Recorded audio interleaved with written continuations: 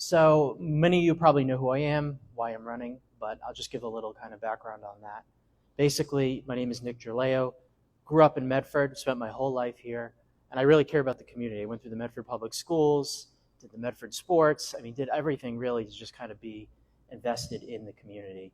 So I decided to run for city council because I wasn't really happy with the way things are going right now. You know, we have counselors who really aren't listening, I think, enough to the people and what they want. So I'm trying to run a campaign here, promising people who are considering voting for me an opportunity to be heard again, an opportunity to have another voice at these meetings. I come at this from, like Nate said, kind of a legal perspective in a way, because I'm an attorney, that's what I do for work. And I've been seeing things that are troubling me in terms of the legality of what the council's been doing, certain things that might lead to city lawsuits, right? The city getting sued, which ultimately will cost all of you, the taxpayers, money to defend. So for me, it's important that we not, rush processes, that we take our time, we make sure we're doing things that are legal to avoid, this possibility of us getting sued, possibility of us getting in trouble. So I try to approach, what I do when I go to the meetings and do public comment with that perspective in mind. So, there are a lot of issues, I think, on the ballot this year. And with my campaign, I've really been focusing on all of them, but focusing specifically on a few that I think are very important. So one I think is really troubling to me is affordability. Medford is just becoming a really expensive place to live.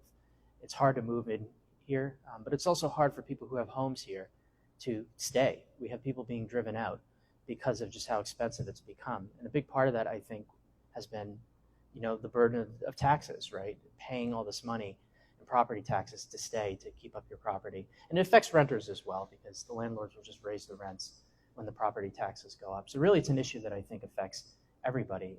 But I'm trying to propose solutions here to this problem. I think there are other ways we can get our tax revenue to ease the burden on residents. For example, I've been talking about a lot lately, a pilot agreement between Medford and Tufts. PILOT is an acronym. It stands for Payment in Lieu of Taxes. So Tufts University doesn't pay property taxes to be in Medford, despite all the real estate it owns. Instead, it pays the city essentially a lump sum in lieu of this tax payment. So that's another example of alternative revenue that doesn't come from the residential tax burden. So let's renegotiate that agreement. Let's make it better for the city. We can throw in there things as well, like benefits for Medford students who want to apply to Tufts. I was one such student. I went to Tufts right from Medford High, but there really wasn't a lot of support for our Medford High students who wanted to go to Tufts in terms of financial aid, grants, things like that. So maybe we can put that in the agreement as well. There's other alternatives to the residential tax burden as well, right? For example, free cash is one example of that. The city has this big supply of over-budgeted money, right? We think of things like our bond rating, right? Our city's credit. We want to make sure that's okay. But there are alternatives. That's kind of the overall message here. There are alternatives to putting the taxes on all of you. So I'm going to be exploring those, trying to find alternatives to what is causing people hurt. Another thing that I'm focused on with this campaign is transparency. For me, transparency really means accessibility to the city council. At the moment, we're having a lot of trouble. Residents really feel the council is kind of inaccessible. And there's various reasons for that. One is you go to the meetings, you get up there at the podium, and you feel very rushed because you really don't have a lot of time to say what you think. It used to be 5 minutes per person, now it's down to 3. That was a recent change that I was very against. But there's other things as well, right? These meetings go very, very late, for example. There was one on Tuesday where one of the agenda items was zoning, a major resolution on zoning about the timeline for zoning. And what happened with that, the public comment on that did not start until very, very late, around midnight. And you think to yourself, well, if you have to work the next day, you have to go to school, maybe you have to be home to take care of kids. You can't stay at the meeting and voice your opinions on the zoning or anything if these meetings are going super, super late. So there are ways we can fix that. There are things we can do to make the meetings more accessible. For example, changing kind of the rules on, how long the meetings go and how long people have to speak. For me, I want the public to speak the majority. I think the councilors often ramble and don't get to the point. So there's ways we can shift that balance and allow the public to speak more, the counselors to speak less, so people feel heard. Another big issue here, you've all probably heard of it, if you haven't, really look into this, is the zoning. There's been significant desire here from the current council to change our zoning rules to basically make Medford a much denser city with housing, right? And what does that density mean? Essentially the volume of housing, right? And they say it's to meet the affordable housing needs. But a lot of residents feel deeply concerned about this, deeply concerned about having these kind of large, unrestricted multifamily developments in their neighborhood, right? And there are ways we can meet housing needs that don't put this kind of undue burden on residents. So for me, I have supported making sure the process moves at a reasonable pace. There's this kind of desire to kind of streamline it through really fast, but we really need to slow down, and we need to make sure we're getting complete resident input before we make any zoning changes.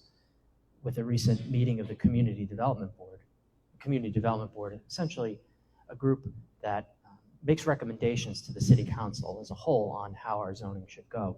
The Community Development Board at one meeting received a massive amount of public feedback from residents who all got up there and spoke at the podium and said, I didn't even know this was happening, and if I knew, I would have spoken up earlier. So it just goes to show you, number one, that when people turn out and when they talk and when they voice their opinions, it does make a difference. People think, what's the point of going? It doesn't matter.